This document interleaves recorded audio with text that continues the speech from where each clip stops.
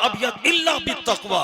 हुजूर ने कहा कि इस्लाम आ गया है, इज्जत मानवता की, इज्जत ह्यूमैनिटी की, इज्जत आदमियत की, इकराम आदमियत, यानी आदमी होने के नाते आदमी इज्जत पाएगा, ना कि दौलतमंद होने की वजह से, ना कि किसी मखसूस खित्ते में पैदा होने की वजह से। सरकार ने कहा अब इस्लाम आ गया है, किसी अरबी को अजमी पर, अजमी को अरबी पर, गोरे को काले पर, काले को गोरे पर कोई फजीलत नहीं, इल्ला बित्तक़वा, जो अल्लाह से जितना डरेगा वही काबिल इज्जत होगा। हुजूर ने इज्जत का पैमाना मेयार तकवा को बनाया। अब चाहे कोई भी काला कलोटा देहाती, अगर उसके अंदर तकवा है तो काबिल एहतराम है। हुजूर की इस हदीस ने दुनिया के गंदे कल्चर को इतना दूर किया कि आज भी एक मजदूर का बच्चा जब बरेली शरीफ से पढ़ के आके आलिम बन के आता है और जुमा के दिन जब मेंबर पे चढ़ के खिताब करता है, हाथ में ऐसा सर पे अमामा बांधकर, और उसी गांव का 1000 बीघा जमीन का जोतने वाला जमींदार अपने बेटे को कैम्ब्रिज और ऑक्सफोर्ड से पढ़ा के मंगवाता है। वह बैरिस्टर बन के आया है, नीचे बैठता है, उनकी गाय चराने वाले का बेटा आलिम बन के आता है, वह मेंबर पे चढ़ के खिताब करता है। तो 1000 बीघा जमीन का का जोतने वाला अपना बैरिस्टर बेटा के साथ नीचे बैठता है और मजदूर का बच्चा मेंबर पे चढ़ के कौमे मुस्लिम को खिताब करता है। अगर 1000 साल की लंबी उम्र उस मजदूर को मिलती फिर भी उस जमींदार का मुकाबला कर नहीं पाता। लेकिन कौन सा फरमान था, कौन सी क्वालिटी थी जो उस गरीब के बच्चे को इज्जत के आसमान पे पहुंचा दिया। ये हुजूर का वही फरमान कि अब इज्जत न जमींदारी की वजह से मिलेगी न मुल्क की वजह से। जहां इल्म होगा, जहां अमल होगा, जहां तकवा होगा, वह इज्जत के काबिल बना। बेशक सुभान अल्लाह। हुजूर के इस फरमान ने दबों कुचलों को इज्जत के आसमान पे पहुंचा दिया। आज इससे हट के जहां लोग जीते हैं वहां जंग होती है, वहां कत्ल होता है। जो लोग इससे हट के जीते हैं वहां ऊंची जाति के लोग निचली जाति के लोगों को सबह कर डालते हैं, उनको गिलास में पानी पीने तक नहीं देते हैं। जहां ये तस्वुर काम करता है वहां जिस चटाई पे दलित बैठ जाए बरहमन उस चटाई में आग लगा देता है। जहां कोई दलित कुएं के पास आके पानी पिए उस कुएं को मनहूस माना जाता है। पढ़ाई लिखाई साइंटिफिक तरक्की के बावजूद आज भी चंद साल पहले बिहार में सीएम था जीतन राम मांझी जी, उसके बारे में अखबार में खबर छपी थी। वह एक मंदिर में गया तो बरहमनों ने उस मंदिर को धो दिया। यह दलित यहाँ क्यों आया? लोग कहते हैं दुनिया तरक्की कर गई है, साइंस विकास कर गई है और साइंटिफिक डेवलपमेंट के जमाने में सीएम की कुर्सी पर बैठने वाला एक पासी फैमिली का आदमी उसे मंदिर में घुसने के काबिल आज भी ब्राह्मण नहीं समझते हैं। वहां उसे इज्जत नहीं मिली जहां 50 साल उस मजहब में गुजार दिया।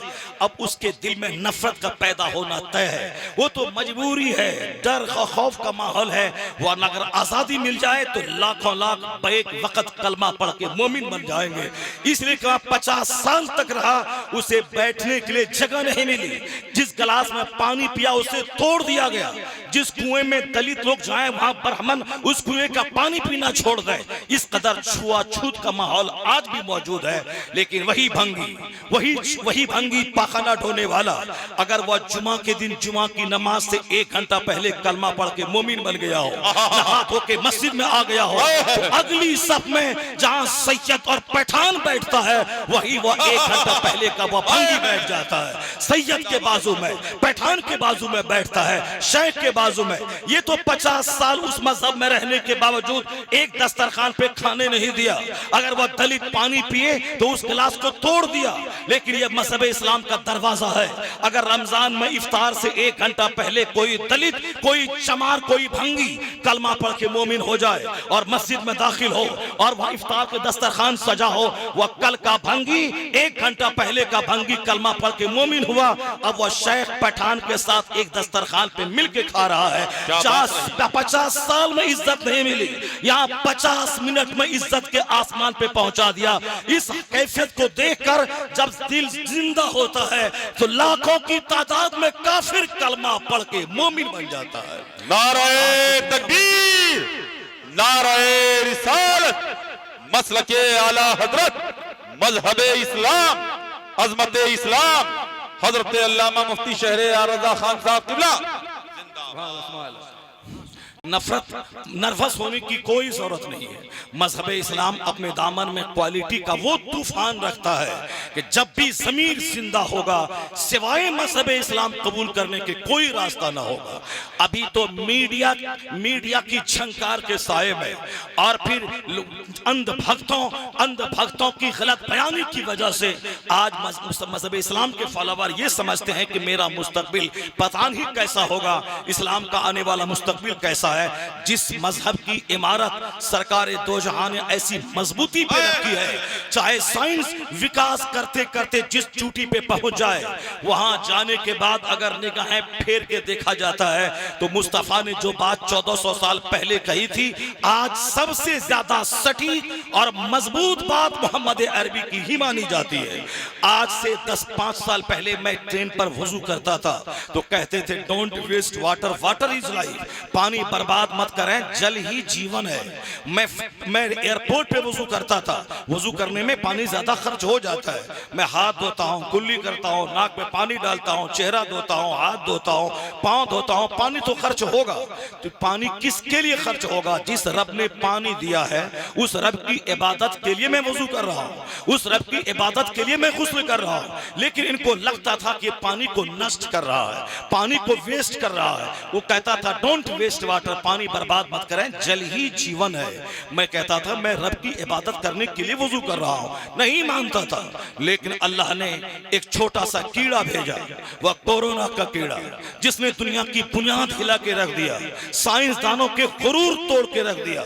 सारी दुनिया के घर आदमी के लिए जेल और कैद खाना बन गया। एयरपोर्ट पे ताले लग गए, रेलवे स्टेशन पे कुत्ते भौंकने लगे। अमेरिका का वो चौराहा जो 24 घंटे में जिसकी रंगीनी कभी खत्म न होती थी, वहां सन्नाटे का राज कायम हो गया। जिसके पास 6 महीने का टिकट अपने पास रहता था, वो अपने जेल घर में कैदी बन के रह गया। जेल कैद खाना, घर कैद खाना बन गया। यानी दुनिया के लोगों को, जो लोग उड़ रहे थे, उनको घर में बंद करके बता दिया गया ज्यादा उड़ने की कोशिश मत करना।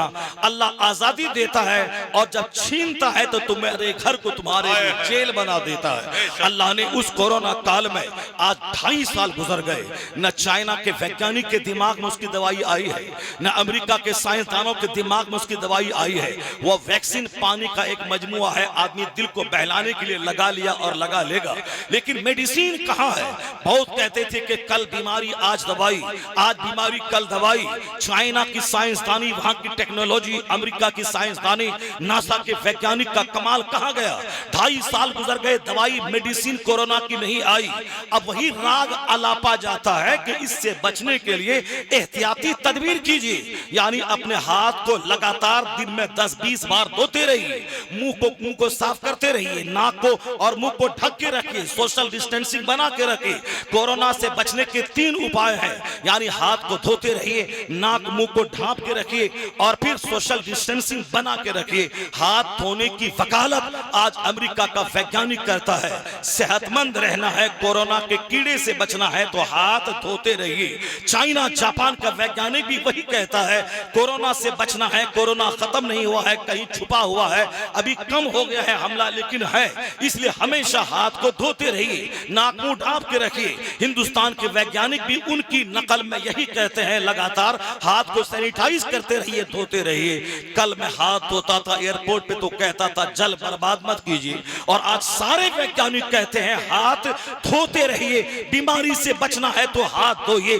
कुर्बान मुस्तफा की अजमत पे, जहां कोरोना से बचने के लिए दुनिया के सारे वैज्ञानिक हाथ धोने को पहला कदम मानते हैं ताकि सारे कीड़े जो लगे वो धुल जाएं। तो जहां वैज्ञानिकों की नजर आज गई है, वहां नजर मुस्तफा की 1500 साल पहले गई है कि वजू कर कयामत के दिन जन्नत मिलेगी और दुनिया में वजू के जरिए सेहत और तंदुरुस्ती मिलेगी। बेशक नारे तकबीर, नारे रिसालत, अजमते औलिया कॉन्फ्रेंस, खलीफे हुजूर ताजुश शरिया।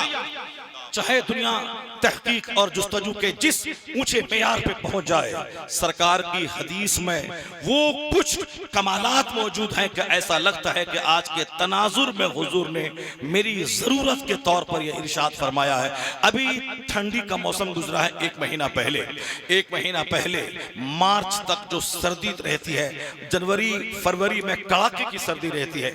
पटना के PMCH के डॉक्टर, जो पटना मेडिकल कॉलेज के डॉक्टर है, उनको सिर्फ क्लिनिक जाना, दवाई पर रिसर्च करना और घर जाना आ जाना, अखबारात और मीडिया में ज्यादा डॉक्टर अपना नाम शाये करवाना नहीं चाहते हैं। नेताओं के दिमाग में हर दिन सुर्खी में बने रहने का जुनून रहता है, चाहे गलत काम करके ही सही मगर सुर्खी में बना रहे। कोई डेवलपमेंट हो या ना हो, कोई तरक्की हो ना हो, कि कोई न कोई बहाना बना के सुर्खी में बना रहना, ये नकली किस्म के नेताओं का काम रहता है। डॉक्टर वह सिर्फ मेडिसिन और रिसर्च तहकीक पे जोर जोर देता है, लेकिन पटना पीएमसीएच के डॉक्टर को मजबूरन एक बयान अखबार में देना पड़ा।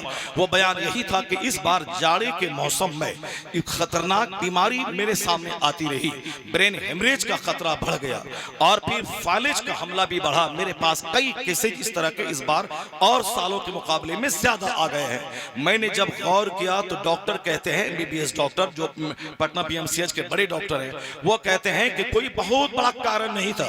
मैंने जब गौर किया तो पता चला कि नहाने का गलत तरीका लोगों ने अपनाया, जिसकी वजह से खतरनाक बीमारी हुई।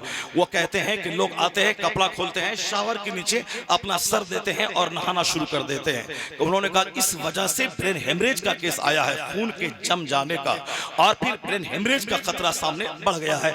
आदमी फौरन अगर शावर के सामने सर डाल दे, उन्होंने कहा कि नहाने का गलत तरीका जान ले सकता है, नहाने का गलत तरीका आपकी अक्ल और आपके ब्रेन को कमजोर कर सकता है, नहाने का गलत तरीका आपकी सेहत से खिलवाड़ आप कर सकते हैं, गलत तरीका आपकी जान ले सकता है। उन्होंने कहा कि नहाने का सबसे अच्छा तरीका यह है कि सर पे सबसे पहले पानी न डालें, पहले जिस्म के दूसरे पार्ट पर पानी डालें, फिर आखिर में सर पे पानी डालें। मैं कहता हूं पटना पीएमसीएच का एमबीबीएस डॉक्टर आज कहता है नहाने का तरीका आपने गलत चुना है, अच्छा तरीका ये जो कहता था क्रोसिन इस्तेमाल कीजिए, जो कहता था फला कंपनी की दवाई इस्तेमाल कीजिए, जो जिसको एलोपैथिक से, होम्योपैथिक से, जिसको सर्जरी से, जिसको मेडिसिन से फुर्सत नहीं, वो आदमी खाने पीने नहाने का तरीका बता रहा है। कल तक मैं यही तो कहता था कि हमारी इन मजलिसों से नहाने का तरीका, खाने का तरीका, कपड़ा पहनने का तरीका, बाथरूम जाने का तरीका, वहां से बाहर निकलने का तरीका, पांव कैसे डालें, खाना कैसे खाएं, खाना कितना खाएं, कब कितने घंटे सोएं, ये सारा जीवन अच्छे ढंग से गुजारने का तरीका जलसे से लोगों को पहुंचाया जाता। वो कहते हैं, हमारे बच्चे कहते हैं ये वही पुरानी बात है, ऐसे जियो ऐसे खाओ, आदमी जैसे चाहेगा खा लेगा, ये तो पैसे का दौर है, पैसा कमाना चाहिए। और ये मौलाना मौलवी सिर्फ कहते हैं ऐसे खाओ, ऐसे पियो, ऐसे सो, ऐसे जागो, ऐसे बाथरूम जाओ। ये कोई बात हुई क्या? पैसा कमाओ, जैसे खाना है खाओ, चल चल के खाओ, चल चल के पेशाब करो, चल चल के पाखाना करो, चल चल के सो जाओ, यानी ये मनमाने ढंग से जिया। तो अब मौलाना की बोली नहीं, डॉक्टर की बोली है कि नहाने का गलत तरीका, खाने का गलत तरीका आपकी सेहत को छीन सकता है। वो कहते हैं नहाने का सबसे उम्दा तरीका है कि जिस्म के दूसरे पार्ट पर पानी डालें और आखिर में सर पे पानी डालें। हम सारे उलमा किराम को गवाह बनाकर आपसे कहते हैं, उर्दू जबान में कानून इस्लाम की छोटी सी किताब है, वो है अनवार शरीयत। उससे थोड़ी सी बड़ी किताब है, वो है कानून शरीयत। उससे थोड़ी बड़ी किताब है, वो है बहार शरीयत। और अरबी जबान में सबसे पहली किताब है नूरुल इज़ा। उससे आगे की किताब है कुदूरी। उससे आगे की किताब है शरफ काया। उससे आगे की किताब है हिदाया। यानी ये है सिलेबस में चलने वाली किताब है। शुरू में नूरुल इज़ा, बाद में कुदूरी, फिर उसके बाद शरफ काया, फिर हिदाया। ये इस्लामी कानून की किताब है। सिलेबस से हट के फतवा आलमगीरी, दुर्रे मुख्तार, रद्दे मुख्तार, फतवा रज़विया, इन सारी किताबों को आप खंगाल दें। उसमें नहाने का जो तरीका बताया गया है कुरान हदीस की रोशनी में, वह तरीका यही है कि जब भी आप बाथरूम जाएं, सबसे पहले अपने हाथ को गट्टों तक धोएं, उसके बाद कुल्ली करें, फिर नाक में पानी डालें, उसके बाद जहां गंदगी लगी है उसको साफ करें, फिर नमाज की तरफ वुज़ू करें, फिर पानी दाहिने मूंढे पे डालें, फिर बाएं कांधे पे पानी डालें, उसके बाद सर पे पानी डाल के आप नहा लें। मैं कहता हूं, मैं चीखता था, चिल्लाता था, ये तरीका इस्लामी है, ये तरीका इंसानियत वाला है, ये तरीका मुस्तफा का बताया हुआ है, मगर लोगों ने इसको छोड़ दिया।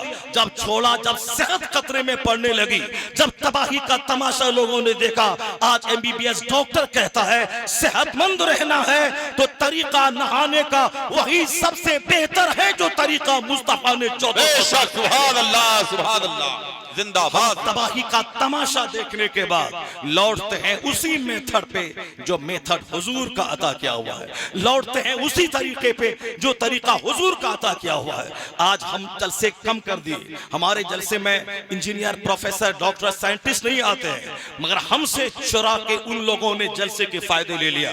अभी रामदेव जी आते हैं, सामने डीएम बैठता है, सामने एसपी बैठता है, सामने डीआईजी बैठते हैं, सामने दारोगा एसपी बैठते हैं, सामने स्कूल के टीचर्स और इंजीनियर बैठते हैं। और रामदेव जी क्या कहता है? वो कहते हैं कि सेहतमंद रहना है तो योगा करना होगा।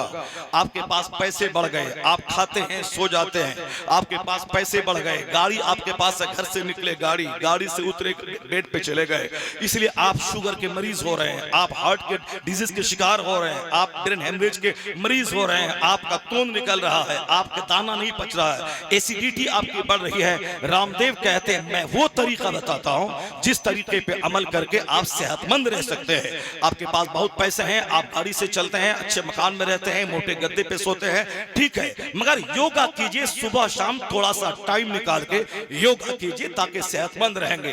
प्रधानमंत्री जी उनका प्रोग्राम देख रहे हैं, साहब उत्तर प्रदेश के सीएम साहब वो योगा कर रहे हैं, चपरासी से लेकर पीएम तक वह सब योगा करते हैं ताकि मैं हेल्दी रहूं, मैं स्वस्थ रहूं, मैं सेहतमंद रहूं। क्योंकि सोने का मकान क्यों ना, अगर सेहत नहीं है तो सब बेकार। अगर आप मजदूरी करते हैं, सेहत है तो वही 2 रोटी आपके लिए ऐसा लगेगा जैसे कि हमें ये 2 रोटी दुनिया की सारी सुविधाओं, सारी फैसिलिटीज को हम हमारे लिए फराहम कर दिया। सेहत है तो सूखी रोटी भी वह बिरयानी से कम नहीं लगती। अगर सेहत ना रहे तो बिरयानी भी आपके लिए कांटा है, वो आपके लिए जहर है कि खाएं तो फिर आप जिंदा नहीं रह पाएंगे, क्योंकि लीवर ने पचाना छोड़ दिया है। अगर लीवर खराब हुआ, ट्रांसप्लांट कराएंगे 30 लाख रुपए लगेंगे, चाइना जाना पड़ेगा। तो सेहतमंद रहने के लिए रामदेव जी का योगा देखने वालों की तादाद बढ़ गई, सारे पढ़े लिखे लोग आ गए। और वो क्या कहते हैं कि ऐसे सुबह 10 मिनट का टाइम निकाल के खुली फसाओं में जाइए, हाथ ऊपर उठाइए, हाथ नीचे कीजिए, सांस रोक लीजिए, फिर सांस तेज तेज छोड़िए और फिर पेट को पीठ से लगाने का प्रयास कीजिए। सांस लीजिए, नाक को पकड़िए, अंगूठा पकड़िए, हाथ यहाँ रखिए और पांव को समेट के बैठिए। यानी वो सारा तरीका बताते हैं कि आप रिलैक्स फील करेंगे अगर आपने रोजाना ऐसा किया। अगर मैं बोलूं तो आप कहेंगे मजहब इस्लाम की इज्जत और अजमत बताने के लिए मौलाना इधर से उधर से घुमा फिरा के बातें कर रहा है। लेकिन उसी भारतीय जनता पार्टी का एक बड़ा लीडर मुरली मनोहर जोशी, डॉक्टर मुरली मनोहर जोशी जो बड़ा लीडर है, उसकी बोली मैं आपके सामने दोहरा दूं। उन्होंने कानपुर के योगा के शिविर में योगा के महत्व पे भाषण दिया कि योगा बहुत वक्त की जरूरत है, बहुत उससे जिस्मानी शारीरिक फायदे हैं। उन्होंने आखिर में ये कहा, मुझे अगर इजाजत है तो मैं बताऊं आपको, मुरली मनोहर जोशी कहते हैं कि योगा का जितना तरीका सेहत के लिए फायदेमंद है वह सारे तरीके एक तरफ। मनोहर जोशी भाजपा का कैडर लीडर वो कहते हैं कि मैंने जब मुसलमानों के कानून नमाज को जब मैंने देखा कि बंदा नमाज के लिए 5 वक्त खड़ा होता है, खड़ा हो रहा है, फिर रुकू में जा रहा है, फिर खड़ा हो रहा है, फिर सजदे में जा रहा है, फिर बैठ रहा है, फिर सजदे में जा रहा है, खड़ा है तो सजदे की जगह को गौर से देखता है, जब रुकू में जाता है तो पांव पे निगाह कंसंट्रेट करता है, जब वह बैठता है तो गोद में निगाहें जमाता है, जब सजदे में जाता है तो नाक पे निगाहें जमाता है, जब वह सलाम फेरता है तो कंधे पे निगाहें जमाता है। यानी ये खड़ा होना, ये सजदे में जाना, ये रुकू करना, फिर खड़ा होना, फिर बैठ जाना, ये दिन में 5 टाइम जो ये लोग नमाज पढ़ते हैं, खड़ा हो तो कुछ ये पढ़ते हैं, सारी दुनिया से कटकर अपना ध्यान अपने गॉड की तरफ लगाते हैं। मुरली मनोहर जोशी कहते हैं जब मैं नमाज को गौर से देखता हूं ऐसा लगता है कि नमाज से बढ़कर कोई योगा का तरीका नहीं और मुस्तफा से बढ़कर कोई डॉक्टर, कोई तबीब नहीं। बेशक नाराए तकबीर, नाराए रिसालत। अज़ीमुश्शान नुस्खा, सबसे अज़ीमुश्शान नुस्खा जो पैगंबर आज़म ने अता फरमाया है वो नुस्खा है, क्योंकि हमने उसको पढ़ना छोड़ दिया, हमने उस नुस्खे को सुनना छोड़ दिया। हमारी मजलिसों में चंद कम पढ़े लिखे लोग आने लगे, ठेला चालक, रिक्शा चालक और काश्तकार लोग आने लगे।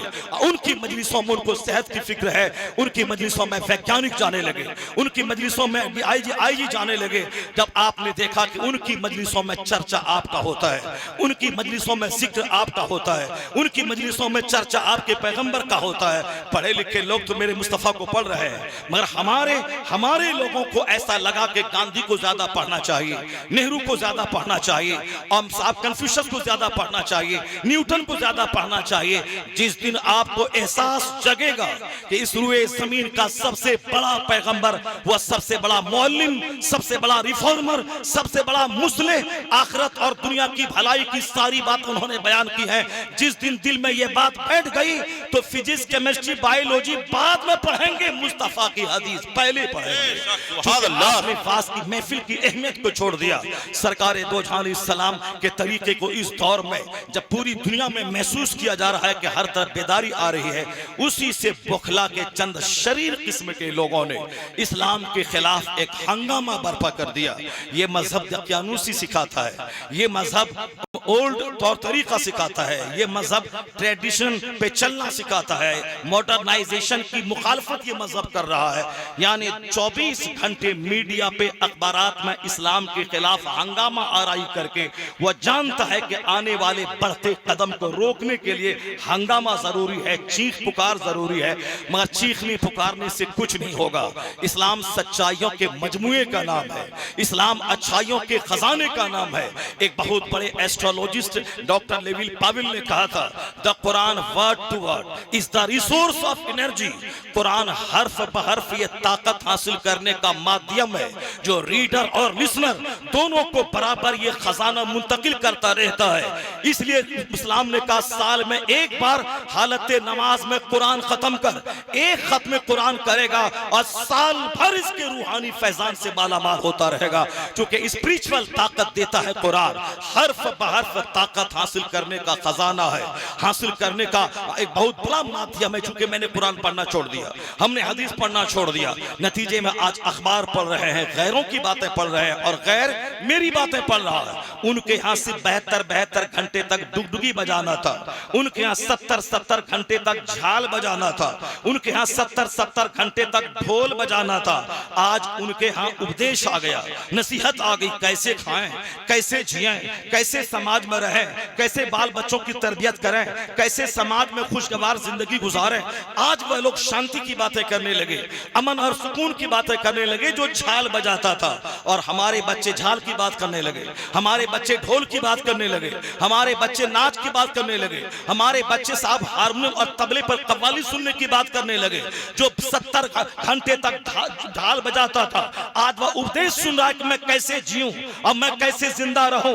और जिसको बुनियादी तौर पर घुट्टी में पिलाया गया था जीवन जीने का तरीका, ये ढोल की तरफ मुतवज्जह हो रहा है, ये झाल की तरफ मुतवज्जह हो रहा है। ये बहुत बड़ी विडंबना, बहुत बड़ी ट्रेजेडी हमारी है कि हम अपने तरीके को छोड़कर गैरों को अपना रहे हैं। और सुन लो, तो हमारे बच्चों के दिमाग में जो बात आज आई है, इस्लाम खतरे में आ गया है, आने वाला मुस्तकबिल हमारा खतरे में है, गलत बात। इस्लाम एक विश्वव्यापी मजहब है, इस्लाम एक अंतरराष्ट्रीय मजहब है, इस्लाम एक आफाकी यूनिवर्सल मजहब है, इस्लाम रिलीजन ऑफ नेचर है, इस्लाम दीन फितरत का नाम है, इस्लाम आदमी की जरूरत का नाम है, इस्लाम सारे मसाइल का हल का नाम है।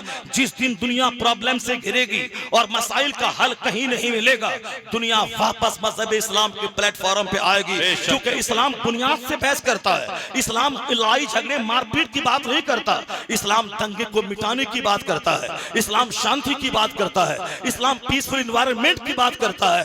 अगर जहां तक सवाल रहा इस्लाम के आने वाले मुस्तकबिल के ताल्लुक से कि खतरे में है, मैं कहता हूं ये गलत बात है। जो तुम्हारे दिमाग में आई है इसको तुम निकाल दे। इस्लाम न कभी खतरे में था, न आज है, न कयामत तक रहेगा। वह पहला दिन इस्लाम का जिस दिन हजरत खदीजा ने कलमा पढ़ा है, एक सपोर्टर है मुस्तफा की, वह दिन इस्लाम का जिस दिन 2 सपोर्टर हो गए, सिद्दीक अकबर साथ मिल गए, तीसरा सपोर्टर जनाब ज़ैद इब्न हारिसा हो गया, चौथा सपोर्टर हजरत अली हो गए। ये 4 लोग हैं जो सबसे पहले इस्लाम लाए हैं और यही 4 फॉलोवर है मुस्तफा के। जब भनक लगी कुफार और मुशरिकीन को कि इनके कलमा पढ़ने वालों की तादाद 8 से 10 हो गई है, उन्होंने दुश्मनी शुरू कर दी। उन्होंने आने वाले लोगों को रोकने के लिए मुसलमानों को टॉर्चर शुरू किया। जो कलमा पढ़ेगा फांसी पे लटका दिया जाएगा, जो हुजूर के करीब जाएगा उसको सूली पे लटका दिया जाएगा, उसको आग के बिस्तर पे लेटा दिया जाएगा। यहाँ तक कि 40 लोगों ने कलमा पढ़ लिया, उन्होंने और अपनी ज्यादती बढ़ा दी। जो कलमा पढ़ेगा उसको फांसी के फंदे पे लटकना होगा ताकि कोई डर से कलमा नहीं पढ़े। दुश्मनी बढ़ती गई, कलमा पढ़ने वालों की तादाद बढ़ती चली गई। पहले 4 थे, 40 हो गए, दुश्मनी बढ़ती गई। 40 थे 40,000 हो गए, दुश्मनी बढ़ती चली गई, 40,000 थे 1 लाख बन गए। जब दुश्मनी बढ़ती है तो तहरीक कमजोर हो जाती है। लेकिन कोई बता दे इस्लाम वफाकी तहरीक है, दुश्मनी बढ़ती गई, इस्लाम स्टेबल होता चला गया, मजबूत होता चला गया। इस्लाम जब तक मक्के में महदूद था, इस्लाम का दुश्मन मक्के में था। इस्लाम मक्के से निकल के मदीना गया तो इस्लाम का दुश्मन मदीने में भी पैदा हो गया। इस्लाम मदीने से निकल के यमन गया, इस्लाम का दुश्मन यमन में भी हो गया। यार इस्लाम का दायरा वसी होने लगा तो दुश्मनी का दायरा भी वसी होने लगा।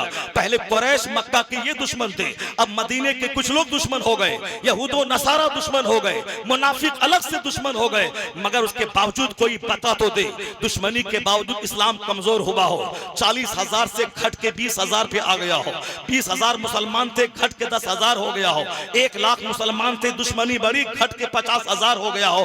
नहीं नहीं, वो उस वक्त के दुश्मन आज के दुश्मन के मुकाबले में ज्यादा ताकतवर थे। उनके पास इल्म भी था, उनके पास हथियार भी था, उनके पास दौलत भी थी, उनके पास अकल भी थी। यानी इस्लाम के दुश्मन इस तब मजबूत थे, इस्लाम के दुश्मन के पास दौलत थी, इस्लाम के दुश्मन के पास थोड़ा इल्म भी था। आज के लुच्चे लफंगे, इनके पास ना इल्म है, ना इनके पास शऊर है, ना इनके पास अक्ल है, ये तो पागल है।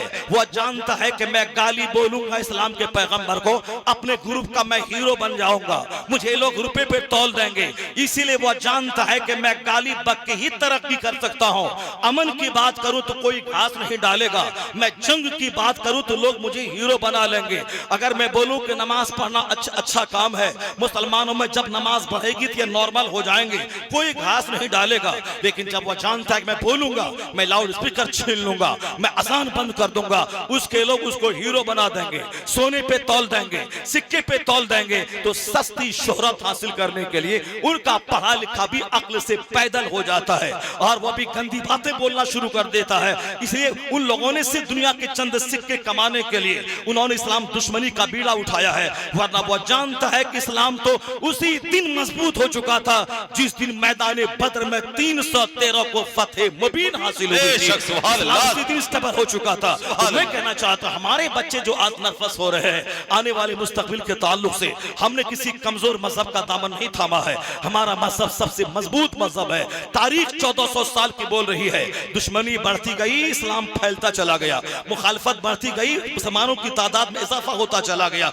जब इस्लाम अरब के जोग्राफिया से बाहर निकल के हिंदुस्तान में आया, हिंदुस्तान में दुश्मनी में इजाफा हो गया। यहाँ के दुश्मनों ने कहा कि हम कलमा पढ़ना बंद कर देंगे। अब इस्लाम यूरोप पहुंचा, वहां दुश्मन बढ़ गए। इस्लाम अफ्रीका पहुंचा, वहां इसके दुश्मन हो गए। पहले अरब का जोग्राफिया तक दुश्मनी महदूद थी, अब इस्लाम आलमगीर हुआ, इस दुश्मन भी आलमगीर हो गया, दुश्मन भी आफाकी तौर पर फैल गया। मगर कोई बता तो दे कि 1 करोड़ कलमा पढ़ने वाला दुश्मनी की वजह से घट के 50 लाख हो गया हो, 50 लाख से घट के 25 लाख हो गया हो। 1500 साल की तारीख बताती है कि 4 कलमा पढ़ने वाला, 1 कलमा पढ़ने वाला, मोहम्मदी 1 था, उसके बाद 4 हुए, फिर कई लाख हुए, फिर कई करोड़ हुए। और अभी पिछले 100 साल से दुश्मनी इंडिया में बढ़ गई। यहां तक कि अमेरिका भी दुश्मनी में पीछे नहीं रहा, ब्रिटेन भी पीछे नहीं रहा, चाइना जापान ने भी जो भी कसर थी उसने पूरी कर दी। श्रीलंका में भी जो कुछ था वहां के दुश्मनों ने खुल के इस्लाम के खिलाफ बयान दिया। लेकिन कोई बता तो दे कि 100 करोड़ कलमा पढ़ने वाला नर्वस होकर 50 करोड़ पे सीमित हो गया हो। आज अगर सर्वे करा ले तो 150 करोड़ से ज्यादा कलमा पढ़ने वाला दुनिया में मौजूद है और उसके नाम के साथ लफ्ज़ मोहम्मद जुड़ा हुआ है। मोहम्मद असगर, मोहम्मद कमर, मोहम्मद समर, ये 150 करोड़ की मोहम्मदी फौज जो अपने नाम के साथ लफ्ज़ मोहम्मद जोड़कर मुस्तफा की गुलामी का सबूत दे रही है। यह इस बात की दलील है कि दुश्मनी को बढ़ने दे, दुश्मनों को बढ़ने दे, दुश्मन बढ़ता जाएगा, मुस्तफा के गुलामों की तादाद में इजाफा होता चला। बेशक, सुभान अल्लाह, जिंदाबाद या रसूल अल्लाह। इस्लाम में वो तासीर रख दी गई है मजहब इस्लाम में कि जिस कदर मुखालफत बढ़ती जाएगी कलमा पढ़ने वालों की तादाद में इजाफा होता जाएगा। इस्लाम के ताल्लुक से फिक्र करना छोड़ दें कि आने वाला मुस्तकबिल क्या होगा। अपने बारे में फिक्र करें कि मैं कल अगर मरूंगा तो मेरा क्या होगा, परसों में मरूंगा तो मेरा क्या होगा। उत्तर प्रदेश में इलेक्शन हुआ, 10 मार्च को इसका रिजल्ट आया। बिहार के लोगों के पेट में दर्द था कि कौन जीतेगा कौन हारेगा। 2 महीने से तबसरा हो रहा था। पंडित जी जीत गए तो क्या होगा, और यादव जी जीत गए तो क्या होगा, मायावती जी जीत गई तो क्या होगा। यानी वहां तबसरा हो रहा है, बंगाल में तबसरा हो रहा है, झारखंड में तबसरा हो रहा है। अभी 10 मार्च की तारीख आई भी नहीं, बहुत सारे लोग मर गए, जिन्होंने अलाव के पास, जिन्होंने दालान के पास खेत में बैठकर दुश्मनी की, वो तो मर गए। मगर यहाँ रिजल्ट निकला कब, 10 मार्च को। रिजल्ट के बाद क्या हुआ सारा हिंदुस्तान जान रहा है। मैं कहता था उन लोगों से, मैं राजनीति की बात मैं नहीं करता हूं, मैं मजहबी आदमी हूं, मैं मजहब की बात करता हूं, मैं आखिरत की बात करता हूं। मैंने कहा तुमको तबसरा से क्या मिला, तुम जो 2-2 घंटे बैठकर दिमाग जलाते रहे कि पंडित जी आएंगे तो क्या होगा, यादव जी आएंगे तो क्या होगा, ये बताओ तुमने क्यों तबसरा किया। तुमको अपना काम करना था। इलेक्शन का नतीजा 10 मार्च को आया, उससे पहले बहुत सारे लोग मर गए, उसके तबसरा से क्या, उसको क्या फायदा मिला। मैंने कहा था कि तबसरा अपने आप पर कर, अगर तू शाम से पहले मर गया तो तू देख ले कि तेरे नामे अमाल में नेकियां 1000 है और गुनाह तेरे पास 1 करोड़ की तादाद में है। ये बता दे कैसे तू रब को मुंह दिखलाएगा, तेरा क्या बनेगा, खात्मा बिल खैर होगा या नहीं, इस पे तबसरा कर। कब्र में मुनकर नकीर के सवालात का जवाब दे पाएगा या नहीं, उस पे तबसरा कर। नेकी बदी जब तौली जाएगी मीजान पे, उस पे तबसरा कर। जन्नत में मेरा दाखला होगा या ना होगा, उस पे तबसरा कर। हम इबादत के लिए पैदा हुए हैं। अल्लाह ने कहा कि तुझको मैंने पैदा किया है इबादत के लिए। जमीन पे तू चल, जमीन पे खेती कर, जमीन पे तू फसलें उगा, जमीन से फसलें उगा, जमीन पे मकानात की तामीर कर। यह जमीन मैंने तेरे लिए मुसख्खर कर दिया है, यह आसमान तेरे लिए मैंने मुसख्खर कर दिया है। आसमान बीच से हटा दूं तो तेरा सीना वहशत से फट जाए। यह आसमान का सूरज तेरे लिए है, यह रात में आसमान का चांद तेरे लिए है, यह चांद सूरज कुछ न रहे, ये सितारे तेरे लिए हैं। यानी आसमान जमीन को मैंने तेरे लिए मुसख्खर किया है।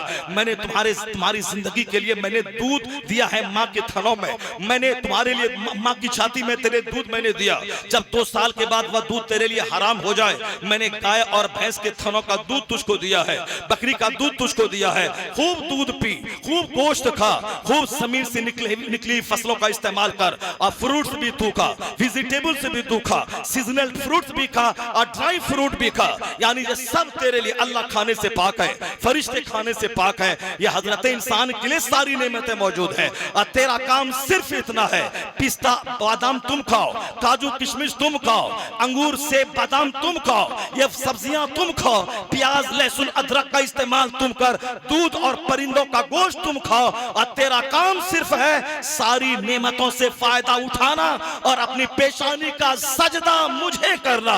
यानी तू इबादत के लिए पैदा हुआ है, ये सारी नेमतें तेरे लिए और तेरी पेशानी का सजदा मेरे लिए। तू इबादत कर, मैं इबादत के लिए पैदा हुआ हूं, लेकिन ये जनाबे इंसान है, इबादत पे कोई तबसरा नहीं। तबसरा है किस पर, हुकूमत किसकी बनेगी, बादशाह कौन आएगा, आने वाला दिन हिंदुस्तान का कैसा रहेगा। जो काम उसका नहीं था, मेरा काम सिर्फ इतना है कि मैं खेत में जाके दाना डाल दूं, वह दाना सड़कर फिर वहां से हसीन फसल की सूरत में पैदा होता है। मेरा काम है दुकान में जाके बैठ जाना, कितने ग्राहक आज आएंगे, कितनी खरीदारी होगी, कितना सामान बिकेगा मैं नहीं जानता। मेरा काम है दुकान में बैठ जाना, मेरा काम है स्कूल जाना आना, एग्जाम देना, पास करना। नौकरी किसको मिलेगी ये मैं नहीं जानता, मुस्तकबिल किसका कैसा होगा, कौन बंबई जाके कमाएगा, कौन सऊदी अरब जाएगा, कौन अपने ही गांव में रह के अरबों में खेलेगा, कोई नहीं जानता। मेरा काम है तदबीर करना, घर से बाहर निकल जाना, खेती बाड़ी करना, पढ़ना लिखना, कंपटीशन फेस करना। बाकी किसको कितनी रोजी मिलेगी ये रब का काम है, रब जानता है किसको कितनी रोजी मिलेगी। मेरा अपना काम है इबादत करना, मैं इबादत करता रहा। बाकी हिंदुस्तान में किसकी सल्तनत बनेगी, चाइना में कौन हाकिम बनेगा, अमेरिका में कौन बनेगा, ये काम मेरा नहीं है। मेरा काम एक वोट देना है, मैंने जाके वोट दे दिया। बाकी सल्तनत किसकी बनेगी, कुरान कहता है कुलिल्लाहुम्मा मालिकल मुल्क तुतिल मुल्क मन तशा व तंज़िउल मुल्क मिम्मन तशा व तुइज़्ज़ु मन तशा व तुज़िल्लु मन तशा। सारे बादशाहों का बादशाह है वह खुदा, जिसे चाहता है सल्तनत देता है और जिससे चाहता है छीन लेता है। तो सल्तनत देना रब का काम, सल्तनत छीनना रब का काम। मेरा काम इबादत करना, 5 वक्त नमाज़ें पंजगाना पाबंदी से पढ़ना, नमाज से बढ़कर कोई इबादत नहीं। हज सब पर फर्ज नहीं है, साहिबे इस्तिताअत पर जिंदगी में एक बार फर्ज है। नमाज मरते दम तक बिस्तरे मर्ग पर भी माफ नहीं जब तक सांस जारी रहे। नमाज पंजगाना फर्ज आजम है, हर मुसलमान मर्द औरत आकिल बालिग शहरी देहाती सब पर फर्ज है। हज जिंदगी में एक बार, ज़कात साल में एक बार साहिबे माल पर, सदक़े फित्र साल में एक बार साहिब निसाब पर। रमजान का रोजा साल में 1 महीना और नमाज पंजगाना सब पर फर्ज है। हर मुसलमान मर्द औरत आकिल बालिग आलिम फाजिल शहरी देहाती सब पर फर्ज है। एक वक्त की नमाज छोड़ना हराम और गुनाह कबीरा है। जो नमाजें छोड़कर ये चाहता है मैं मुसलमान बन के रहूंगा और जन्नत मेरी जागीर है, यह सोच गलत है। हुजूर ने कहा क़यामत के दिन सबसे पहला सवाल नमाज का होगा। इन्ना अव्वल मा युहासबु बिहिल अब्द यौमल क़यामति सलात। क़यामत के दिन सबसे पहला सवाल नमाज का होगा। बंदा नमाज के सवाल का जवाब देने में अगर कामयाब हुआ तो कामयाब हो गया, अगर जवाब नहीं दे पाया फ़क़द ख़ाब व ख़सिर व हिलाक और तबाह बर्बाद हो गया। नमाज फर्ज आज़म है। जलसे दस्तारबंदी करना, नबी की नात पढ़ना, तकरीर करना, बुखारी शरीफ पढ़ाना, मदरसा चलाना, ये सब बाद में है। सबसे पहला फर्ज आज़म है नमाज। नमाज छोड़कर अगर कोई चाहता है कि नवाफिल करके मैं बुलंदी दर्जात को पहुंच जाऊं, खाम ख्याल है, ये ख्याल खाम है, गलत ख्याल है, ऐसा कभी ना होगा। नमाज फर्ज आज़म है। जो लगातार जमात छोड़ने का आदी हो उसके पीछे नमाज पंजगाना दुरुस्त नहीं होगी, क्योंकि जमात से पढ़ना वाजिब है। जमात तर्क करने वाला फासिक मरदूदुल शहादा है। इसका मतलब ये निकला कि नमाज पढ़ना फर्ज आज़म है, जमात से पढ़ना वाजिब है। जमात छोड़ना तर्क करना फासिक मरदूदुल शहादा बना देता है। नमाज पढ़ना सबसे पहले फर्ज, उसके बाद दूसरी इबादत है। ये चादर चढ़ाना, ये जुलूस निकालना, 11वीं का बकरा ज़बह करना, अजमेर मोहल्ला जाना, ये सब नवाफिल है। नवाफिल अगर फर्ज के साथ है तो सोने पे सुहागा है। नवाफिल दर्जात बुलंद करने का जरिया है। अगर फर्ज से हट के सिर्फ नवाफिल है, वह नवाफिल बेजान है, वह नवाफिल मुअल्लक रहते हैं। अगर फर्ज अदा न करे और फर्ज के साथ नफल मिल जाए, उनके दर्जात बुलंद हो जाते हैं। तो नमाज से हटकर जुलूस का कोई फायदा नहीं, नमाज से हटकर 11वीं का कोई फायदा नहीं, नमाज से हटकर अजमेर बार बार जाने का कोई फायदा नहीं। नमाज के साथ अजमेर जाना उसके दर्जे को बढ़ा देगा, नमाज के साथ चादरें चढ़ाना उसके मर्तबे को बढ़ा देगा, नमाज के साथ 11वीं 12वीं का जुलूस उसके मर्तबे को बढ़ा देगा। तो जिसने ये कहा कौन नमाज पढ़ेगा, चादर चढ़ा, बुजुर्गों के आस्थाने पे जा, हाजुरी दे, चादर चढ़ा, संदल का जुलूस निकाल, 12वीं 11वीं का जुलूस निकाल, तू जन्नत चला जाएगा, उसने भी गलत कहा। और जिसने ये कहा नमाज पढ़, जुलूस निकालना हराम, फातिहा पढ़ना हराम, हलवा बनाना हराम, तोशा करना हराम, ये भी हराम है, वो भी जहन्नमी है। या दोनों जहन्नमी। जो नमाज की वकालत करे, फातिहा मिलाद की मुखालफत करे, वो भी जहन्नमी। और जो सिर्फ फातिहा मिलाद करे, नमाज की मुखालफत करे, वो भी जहन्नमी। और जन्नत कौन रास्ता ले जाएगा? ये रास्ता मसलके एतदाल, मसलके आला हजरत है। क्या है? नमाज भी होगी, नियाज भी होगी, नमाज भी होगी, जुलूस मोहम्मदी भी निकलेगा, नमाज भी होगी, 11वीं का बकरा भी ज़ागा होगा, फर्ज भी अदा होगा, नफल भी अदा होगा। यही सीधा रास्ता जन्नतुल फिरदौस ले जाएगा। यही है मसलक आला हजरत, यही है मसलक एतदाल। इससे हट के कोई मर जाए अजमेर में हाथ में 10 अंगूठी पहनते पहनते, कोई मर जाए बगदाद मोहल्ला में नमाज छोड़कर आस्थाने की मिट्टी चूमते चूमते, नहीं मिलेगी जन्नत। नमाज पंजगाना छोड़कर कुछ नहीं मिलेगा। यह फर्ज आजम है, सबसे बड़ा फर्ज। इसमें जो पकड़ा गया फ़क़द ख़ाबा व ख़सिर व हिलाक और तबाह बर्बाद हो गया। इससे हट के जो सोच होगी वह सोच तबाह कर देगी। सरकार आला हजरत की जिंदगी की कोई नमाज कज़ा नहीं हुई। जब नमाज फर्ज नहीं हुई थी उस वक्त से 5 नमाजों के आप पाबंद हो गए थे। और जो जिंदगी का आखिरी दिन था उस दिन की भी जो नमाज थी वो नमाज भी आपकी छूटी नहीं। नमाज पंजगाना बाजमात मस्जिद में अदा करने के आदी थे। हालत मर्ज में भी लाठी के सहारे से खड़े होते थे। हालत मर्ज में भी कुर्सी पर बैठ के नमाज नहीं पढ़ते थे। या थोड़ा सा घुटने में दर्द हुआ तो कुर्सी लेके मस्जिद में बैठ गए, टखने में दर्द हुआ, कुर्सियों की तादाद मस्जिदों में बढ़ गई। वह घर से चल के मस्जिद आया है, कोई दर्द नहीं। अब मस्जिद में नमाज पढ़ना है तो अब वह कुर्सी पे बैठ के नमाज पढ़ रहे हैं। यानी एक फैशन हो गया है। जब खड़ा रहना मुश्किल हो जाए कि वह मर जाएगा तब वह बैठ के पढ़े। जब वह बैठ के रहना मुश्किल है वरना बीमारी बढ़ेगी मर जाएगा तब वह लेट के नमाज पढ़े। और यह मसला है उज्र की बुनियाद पर, न कि बिला किसी उज्र के आए कुर्सी पर बैठ के चोच मार दिया और चले गए, नहीं होगी नमाज। आला हजरत लाठी के सहारे जब तक खड़े रहने के काबिल रहे वो लाठी के सहारे खड़े होते। मस्जिद की पाबंदी ऐसी कि कुर्सी को 4 आदमी पकड़ के मस्जिद ले जाता, वहां कुर्सी से नीचे उतर के जमात से नमाज पढ़ते थे आप। ये आला हजरत ने सबसे ज्यादा नमाज पे जोर दिया कि नमाज एक वक्त भी छोड़ने वाला जानबूझकर वह बेनमाजी है, यानी वह नमाजी ही नहीं है। एक वक्त की नमाज जो जानबूझकर छोड़ दे, आला हजरत ने लिखा है शजरा शरीफ में कि वह बेनमाजी है, आप बेनमाजी ढांचे का आदमी है। आला हजरत लिखा कोई नौकरी जो नमाज से रोक दे वह नौकरी करना ही हराम कतई है। कोई भी हिंदू काफिर उसे नमाज पढ़ने से रोक नहीं सकता, जहां रोकता है वह नौकरी को छोड़ देना लाजिम और जरूरी है।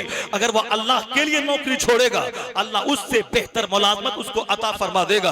कोई हो तो जो अल्लाह की खातिर वक्ती मुसीबतें उठा ले, यहाँ तो ऐसा सीना खोखला, ऐसा ईमान कमजोर हुआ, मामूली सा झटका आदमी से कुछ न कुछ बोलवा लेता है, मामूली सा झटका सर से टोपियां उतरवा देता है, मामूली सा झटका चेहरे की दाढ़ियां छीन लेता है। मुसलमान वो है जो स्टेबल रहे, मजबूत रहे, अल्लाह रसूल की बात पर एतमाद रहे। बुजुर्गों ने कहा है जो तेरे हाथ में रुपया है उससे ज्यादा एतमाद उस पर कर जो तेरे पास नहीं, जो रब के खजाने में है। जो रब के खजाने में जो माल है उस पे भरोसा कर, जो तेरे हाथ में है उस पर नहीं, रब के खजाने पे एतमाद कर। जिस अल्लाह ने दिया है वो अल्लाह कल भी देने पर कादिर है। आज यहाँ कल की फिक्र आदमी का चेहरा सुखा दिया है। नौकरी नहीं मिली तो मैं क्या करूंगा, फिर नौकरी छूट गई तो मैं क्या करूंगा। हमारी तरह करोड़ों आदमी जिसके पास नौकरी नहीं है वो मुझसे अच्छा खाता पीता है, जो जमीन बेचकर 50 लाख रुपए नहीं देकर रिश्वत देकर नौकरी का पहला दिन वो हरामखोरी की बुनियाद पर नौकरी की बुनियाद नहीं रखी है, वो मस्जिद में रहता है, इमामत करता है, 10,000 रुपए महाना कमाता है, चेहरा गुलाब की तरह खिला रहता है, उसका चेहरा गुलाब की तरह खिला रहता है, हराम की आमेजिश नहीं है, मदरसे में पढ़ाता है, मकतब में 10,000 रुपए कमाता है, उसका भी सारा काम होता है, उसकी बच्ची की भी शादी होती है, उसके बेटे भी पढ़ते हैं, उसका मकान भी बनता है, वो भी बाइक पे चलता है, मगर मुझसे ज्यादा खुश वो रहता है क्योंकि वो घर में रहे हुजूर की बात, मस्जिद में रहे हुजूर की बात, मदरसे में रहे हुजूर की बात, हुजूर की बात को जो दूसरों तक पहुंचाता है। सरकार ने उनके हक में दुआ की है, नद्दरल्लाहु अमरन मन समिअ मिन्ना हदीसन फबल्लगहु कमा समिअ। अल्लाह उसे हरा भरा रखे जो मेरी हदीस सुनता है और दूसरों को सुनाता है। नारे तकबीर, खिदमत है, नारे रिसालत का इनाम है, मज़हब इस्लाम रहता है, पैग़म्बर इस्लाम, बुलंदो बाला इस्लाम, उलमाए हक, पैगामे हक, मोहब्बत हक, मसलके आला हजरत, मज़हब इस्लाम की जो खिदमत करेगा अल्लाह ताला उसे रुसवा नहीं करेगा, अल्लाह उसे औरों के मुकाबले में ज्यादा अता करता है। एतमाद अल्लाह की जात पे हो, एतमाद रसूल पाक की जात पर हो, मोहब्बत सच्ची मुस्तफ़ा जान रहमत से हो। कुछ भी हो जाए मैं सरकार की सुन्नतों को न छोड़ूंगा, चाहे मैं गरीबी की आग में जलूं, चाहे सूखी रोटी खाऊं, चाहे किराए के घर में रहूं, मैं सरकार की सुन्नत को नहीं छोड़ूंगा, सरकार की शरीयत को मजबूती से थामे रहूंगा। अगर ये अहद रहा तो मदद आसमान से उतरेगी, मदद जमीन से निकलेगी। काफिरों के दिल में जो कुछ हैबत हमारी थी आज 1400 साल के अंदर आमाले सालिहा की वजह से उनके दिल में हैबत थी। अल्लाह से मैं डरता था, अल्लाह उनके दिल में मेरी हैबत डाल देता था। आज ये क्या वक्त आ गया, लुच्चा लफंगा जिसका बदन खोखला है वह मुझे मिटाने की धमकी दे रहा है, जो अंदर से बाहर से नापाक है वो मुझको मिटाने की बात कर रहा है, जिसकी कोई हैसियत नहीं, एक जुमला जो कायदे से हिंदी बोल न सकता हो, यह जाहिल डिग्रेड मुझको 2025 तक खत्म करने की बात कर रहा है। अंदर से खोखला जाहिल, जिंदगी भर नापाक रहने वाला। पहली बात तो सुन ले कौम मुस्लिम, अगर ईमान अल्लाह की जात पे है और तू मुसलमान है, नमाज रोजे हज व ज़कात फराइज़ व वाजिबात पे अमल कर और यह जान ले के गालिब हमेशा तू ही आएगा और यह लुच्चा लफंगा कभी तुझ पर फाते न बन पाएगा। कहीं ऐसा हुआ है क्या, एक आदमी हो जो छुछंदर को खुदा कहता हो, जो बंदर को खुदा कहता हो, जो सांप कीड़ा को खुदा कहता हो, जो चूंटी को खुदा कहता हो, जो उगते सूरज और डूबते सूरज को खुदा कहता हो, जिनके पास हजारों लाखों खुदा है, जिसको चाहा उसी को माबूद बना लिया। कभी दरिया के सामने, कभी पहाड़ के सामने, कभी सांप के सामने, कभी बैल के सामने, कभी घोड़ा के सामने, कभी हाथी के सामने, कभी छुछंदर के सामने। जो छुछंदर को खुदा कहे, जो बंदर को खुदा कहे, जो घोड़ा को खुदा कहे, जो गाय को खुदा कहे, जो बैल को खुदा कहे, जो चूंटी को खुदा कहे, क्या तुम जानते हैं कि जब खुदाए वाहिद का परस्तार जो कायनात के के खालिक की परस्तिश करता है, जो कायनात के खुदा की परस्तिश करता है।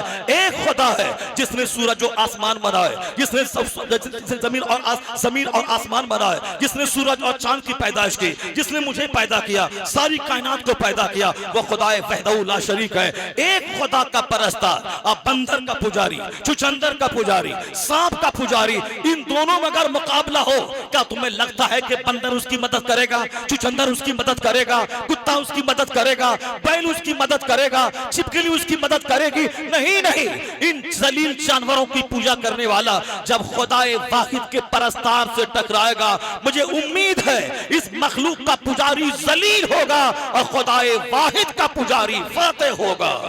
नारे तकबीर, नारे रिसालत। अब रह गई बात कि क्यों हम कभी कहीं कहीं शिकस्त हम खाते हैं इन बंदर के पुजारियों के सामने।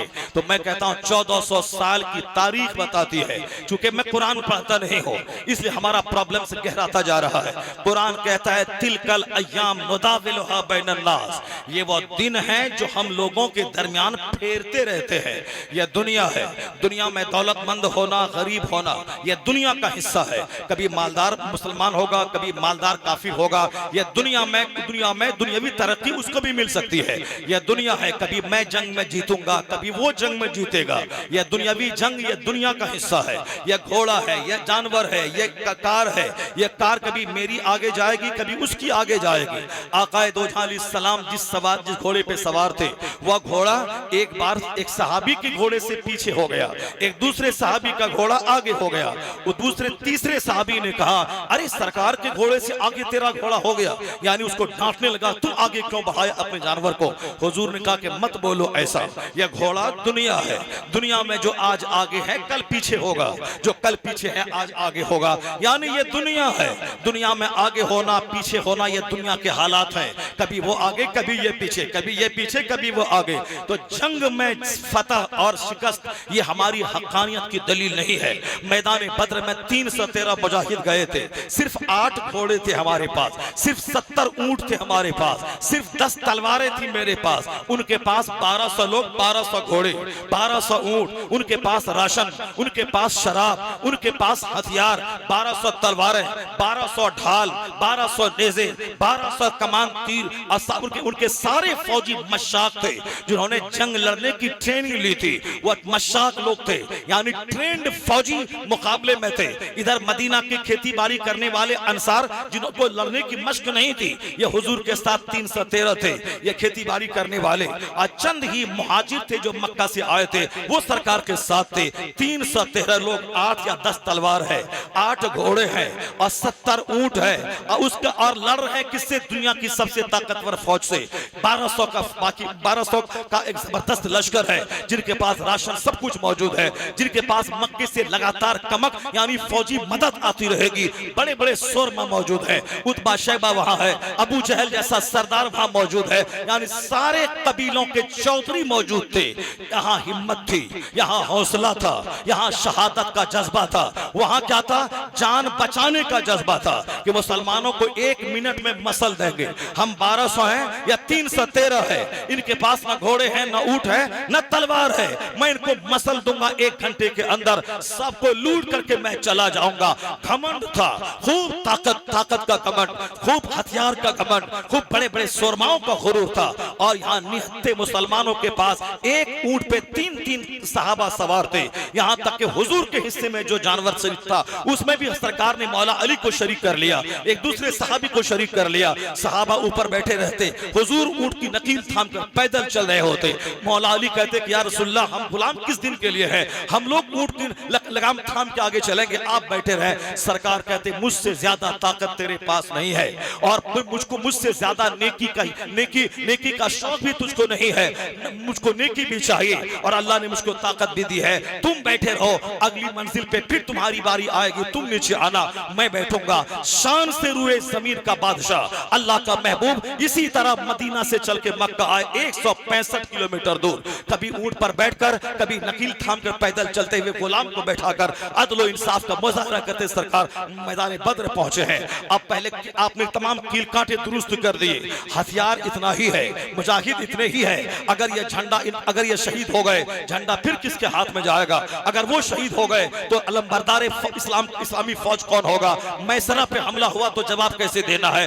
मैमना से हमला हुआ, जवाब कैसे देना है? सरकार ने सारी तदबीर कर ली, उसके बाद खड़े होकर दुआ करने लगे, इलाही ये छोटी सी फौज अगर आज हार गई तो कयामत तक तेरी परस्तिश न हो पाएगी। रोते थे, यहां तक कि चादर कांधे से नीचे गिर जाती। सिद्दीक अकबर उठा के चादर आपके कांधे पे रखते और कहते जरूर आपका खुदा अपना वादा सच्चा करके दिखलाएगा।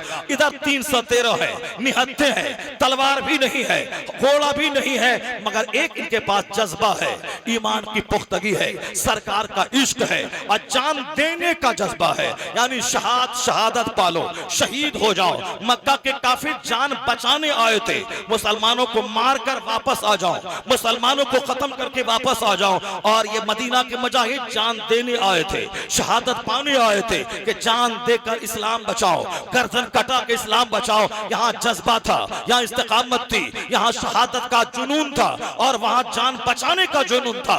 इन दोनों फौज में जब लड़ाई हुई, एक तरफ तदबीर, एक तरफ मुस्तफा की दुआ रंग लाती है। 5000 फरिश्तों का लश्कर जमीन पे उतर गया। जो बोला था कि 1 घंटे में मसल दूंगा, 1 घंटे में 22 सरदार काफिरों के मारे गए, 70 गिरफ्तार हो गए, 70 मारे गए, सबके पांव उखड़ गए। 1 घंटे में जंग का नक्शा पलटा, सारे मक्का के काफिर भाग पड़े हुए, 70 मारे गए, 70 गिरफ्तार कर लिए गए और 1 घंटे में जंग मुसलमानों के हिस्से में आ गई। क्यों? यहाँ जंग हथियार की जंग नहीं थी, घोड़े की जंग नहीं थी, जज्बात की जंग थी। यानी यहाँ जज्बा था जान देकर इस्लाम बचाने का, वहां जज्बा था जान बचाने का।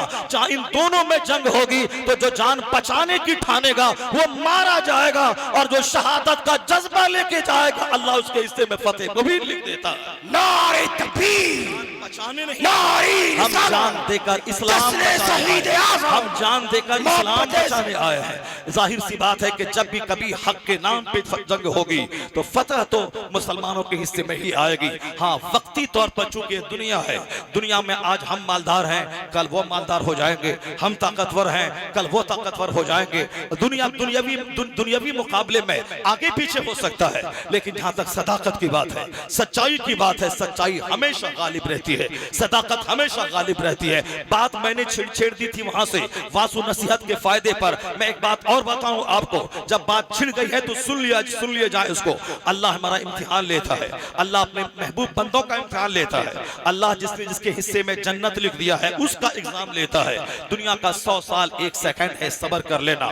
काफिरों की दौलतों पे ललचाई निगाह मत डालना, उनके मनसब पर, उसकी दौलत पर, उसकी बिल्डिंग पर देख के ये मत कहना कि हम गरीब हैं, इनके पास बहुत है।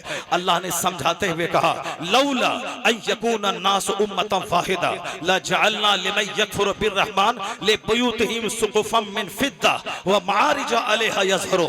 आखिरी बात कुरान शरीफ की, अल्लाह ने एक बात, फाइनल बात कह दी कि अगर सारे लोगों के काफिर होने का अगर चांस नहीं होता तो हम अपने बागियों को, अपने दुश्मनों को, यानी रहमान अपने मुनकिरों को इतनी दौलत देता अल्लाह कि काफिरों के मकान की छतें चांदी की बना देता, काफिरों के मकान की सीढ़ियां चांदी की बना देता, उनके घरों के दरवाजे और तख्त और फर्नीचर सब सोने चांदी की बना देता।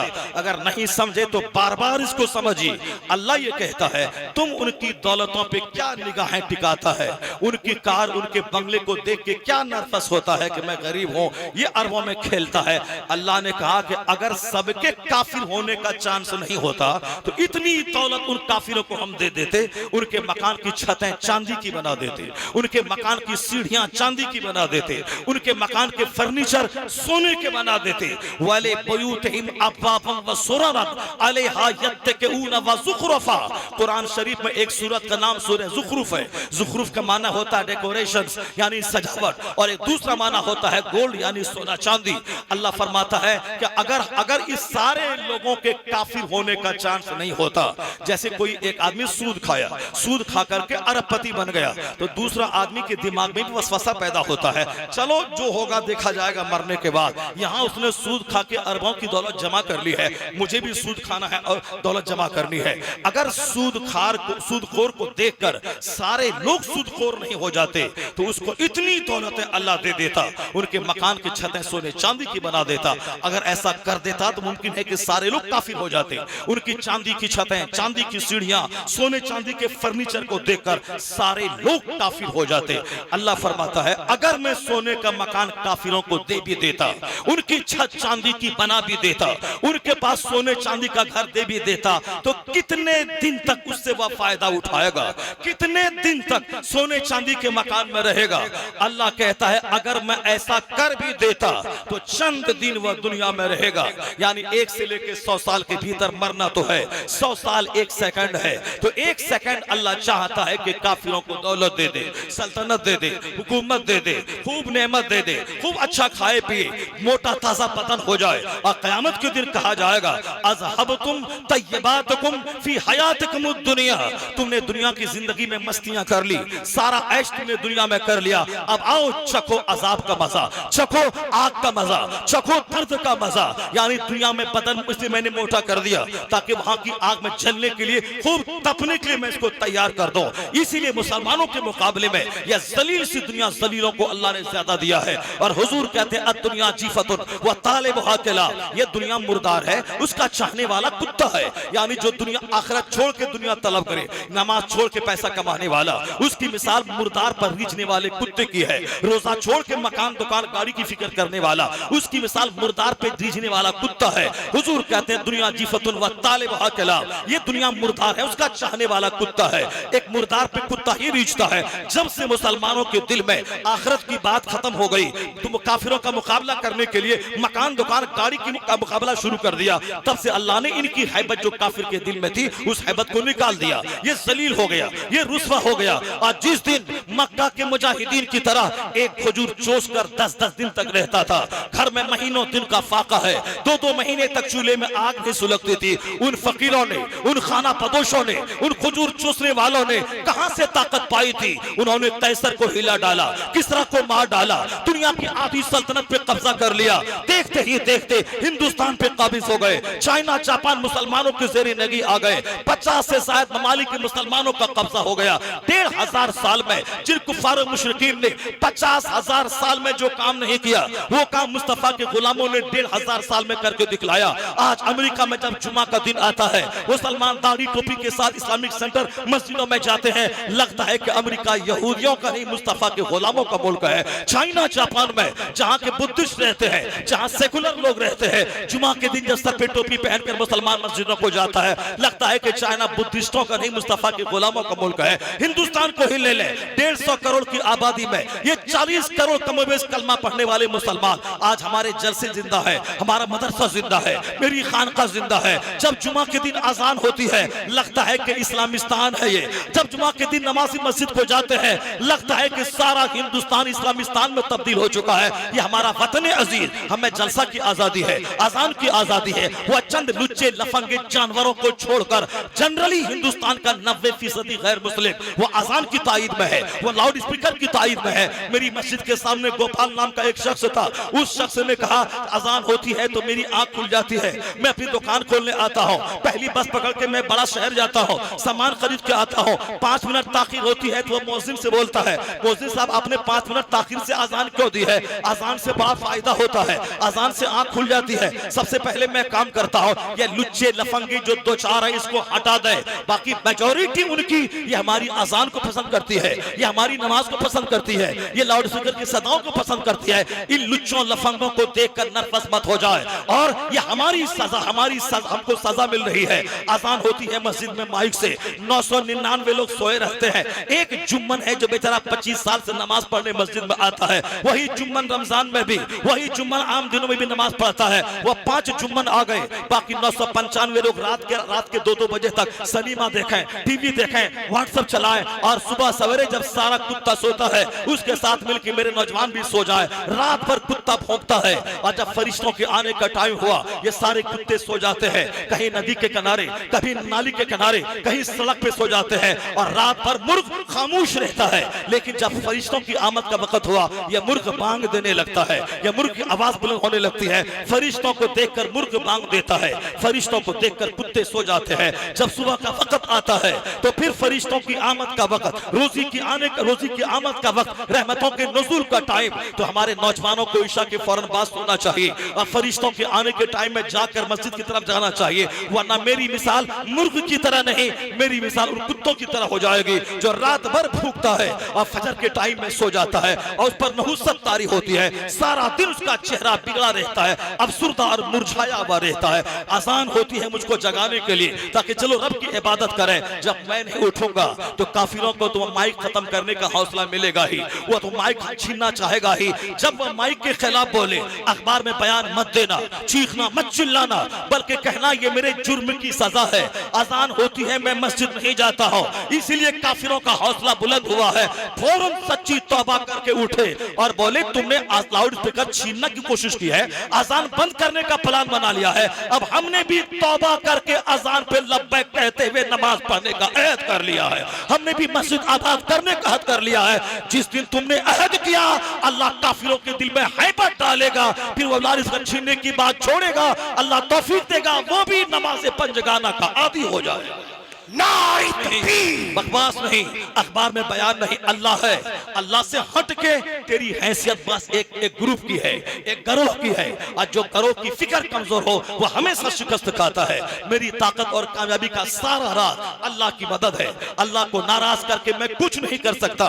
आज मेरी बदआमालियां मेरे रब को नाराज कर चुकी है, आज मस्जिदों की वीरानी मेरे रब को नाराज कर चुकी है। आज रमजान के दिल में, रमजान की रातों में नमाज तरावी छोड़कर मेरे घर की बदमस्तियां ये अल्लाह को नाराज कर चुकी है। एक शख्स ने अल्लाह को नाराज किया था, उसका खमियाजा पूरी टीम को भुगतना पड़ा था। एक शख्स ने ज़िना किया था, उसकी सजा सारी कौम को सहना पड़ा था। हजरत मूसा अलैहिस्सलाम वो आम पैगंबर नहीं है, उलुल अज़्म पैगंबर है, यानी 1,24,000 कमोबेश अंबिया किराम में 313 रसूल है, उनमें से उलुल अज़्म रसूल यानी साहिब अज़ीमत रसूल 5 है। उन 5 में से एक नाम जनाब मूसा अलैहिस्सलाम का है, जबरदस्त पैगंबर जिनका जिक्र कुरान करीम में दर्जनों जगहों पे, दर्जनों क्या सैकड़ों जगहों पे जिनका जिक्र आया है। मूसा अलैहिस्सलाम कायद है, वो मूसा अलैहिस्सलाम फौज के कमांडर है और कौमे बनी इसराइल को लेकर चले हैं कौमे जब्बारीन से मुकाबला करने के लिए। जब चले हैं फौज को लेकर, उधर उस कौम के लोगों ने आकर उस कौम का जो एक मुस्तबुद्दावात शख्स था, मुस्तबुद्दावात शख्स उनके पास आया, वो बलम बाऊरा के पास, कहा कि मूसा अलैहिस्सलाम की फौज हमला आवर होने वाली है और हमारी कौम की सारी दौलतों को वो छीन लेगी, हम लोगों को जलील कर देंगे। वह लोग, उनके पास बड़ी ताकतवर फौज है, उससे हम मुकाबला नहीं कर पाएंगे। एक रास्ता है कि तुम बद्दुआ कर दो उनके लिए, तुम्हारी दुआ कबूल होती है, तुम मुस्तबुद्दावात हो, तुम दुआ करो, दुआ कबूल हो जाएगी कि मूसा अलैहिस्सलाम की फौज को शिकस्त हो जाए, वह लोग भाग जाए, ताकि मेरी इज्जत बची रहेगी, मेरा मुल्क बचा रहेगा। वरना जो ताकतवर फौज उसके पास है वो हमारी सारी दौलतों को भी लूट लेगी, वह फौज हमारी गर्दनें काट देगी वह फौज। तुम हमारी कौम से ताल्लुक रखते हो, तुम दुआ करो। बलम बाऊरा बहुत मुत्तकी परहेजगार शख्स था, उन्होंने को इसमें आज़म मालूम था, जो भी दुआ करता दुआ कबूल होती थी। वह तो मुस्तबुद्दावात था वो शख्स, कहा कि नहीं, एक पैगंबर के खिलाफ मैं दुआ नहीं करूंगा, वैसा नहीं होगा। उसकी कौम ने उनको खूब तोहफो तहाइफ से नवाजा ताकि कौम की मोहब्बत में वो झुककर वो बद्दुआ कर दे। कौम ने उससे तोहफो तहाइफ से नवाजा। यही मजाज आम तौर पर आज भी लोगों का होता है। अच्छे लोग तबाह बर्बाद हो गए, यानी हक बोलने वाला, उसकी ज़बान छीन ली जाती है जब तोहफो तहाइफ और गिफ्ट की बौछार उस पर की जाती है। जब ये आदमी नहीं सुनेगा तो आदमी गिफ्ट देना शुरू करते हैं, मराद देना शुरू करते हैं। हम तनख्वाह 2 लाख रुपए माहाना कर देंगे, हम इतने खजाने लुटा देंगे, हम इतनी सारी फैसिलिटीज दे देंगे। तो जो कहता था खबरदार मैं इस्लाम से हटकर कुछ नहीं बोलूंगा, जब उसकी तनख्वाह बढ़ जाती है, जब मराद बढ़ जाते हैं, या धीरे धीरे हक नहीं बोल पाता, या गूंगा हो जाता है, किसी की आवाज छीननी हो उस पर तौफ व ताइफ की बौछार कर दे। जनाबे बलम बाऊरा को उसकी कौम ने इतनी दौलतें दी कि कौम की मोहब्बत में आकर के मजबूर होकर बद्दुआ करने के लिए आमादा हो गया।